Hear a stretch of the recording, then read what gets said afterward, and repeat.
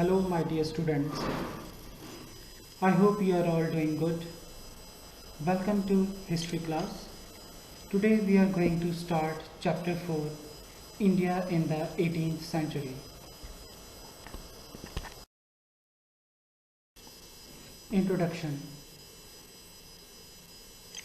The 18th century represents a phase of transition between medieval and modern periods. In India, the 18th century is characterized by the decline of the Mughal Empire, rise of new independent states, and establishment of the European rule in India.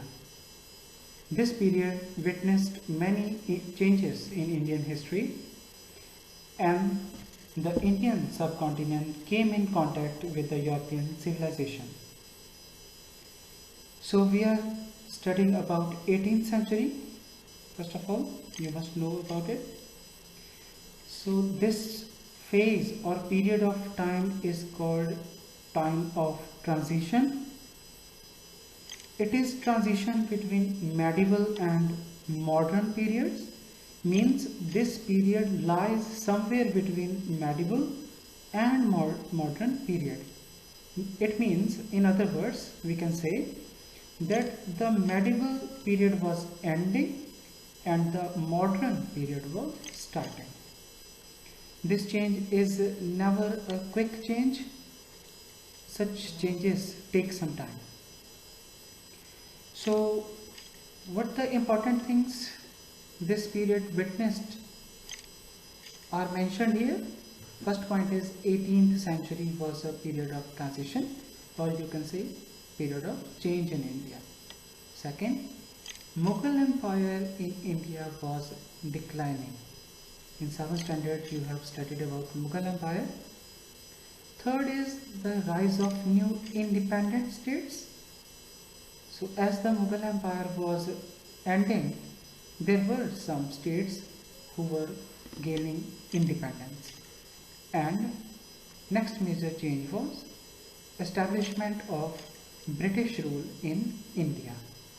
Not only British rule, other European rule were also established in India before the British came to India.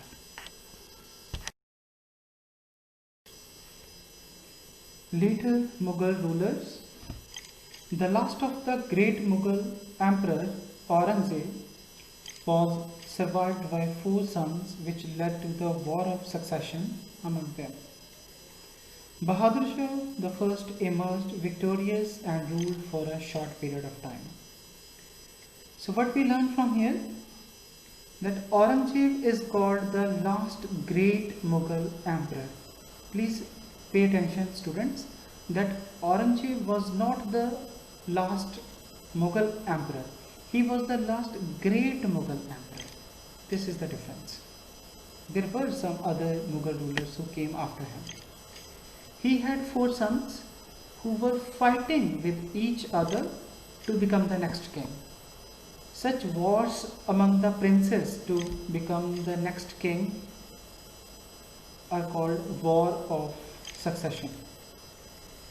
His son Bahadur Shah I won this war of succession.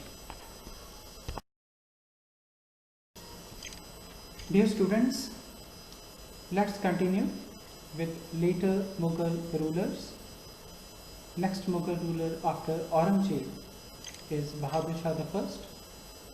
In the picture you can see Bahadur Shah I. Bahadur Shah I changed many narrow-minded policies of his father Aurangzeb. Aurangzeb has many orthodox policies, like his religious policies were also orthodox. He wanted to convert other people to Islam. Second thing, Bahadur Shah I was a learned and dignified ruler, and he ruled from 1707 to 1712. Jahandar Shah. After Bahadur Shah I came the rule of Jahandar Shah. You can see in the picture Jahan Shah is shown.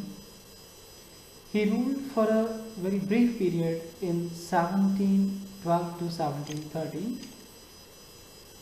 He was defeated in the Battle of Agra on 10th of January 1713 by Farooq Siyar.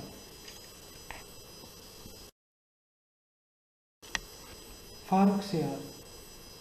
Dear students, first of all, look in your book on page number 29. The spelling of Farooq Siyar are incorrect. Please correct them. Farooq Siyar was second son of Bahadur Shah I. He was Mughal emperor from 1713 to 1719. He murdered his brother Jahan Shah to become the Mughal king. So this kind of battles were common among the princes, that who will become victorious and who will rule for the upcoming years. So such wars, as I have already told you, that such wars were called War of Succession. We learn two keywords from here. First is subcontinent, a very large area that is a part of continent is called subcontinent. Next is War of Succession, a war in which two or more princes claim the throne. Means, in other words, you can write a war in which two or more princes fight with each other to become the next king. Dear students, in the picture you can see Muhammad Shah. Muhammad Shah was the fourth son of Bahadur Shah I. He ruled from 1719 to 1748. During his reign means during his time period, means during those years during he was the king. So during his reign, Nadir Shah of Persia is now called Iran, invaded India in 1739.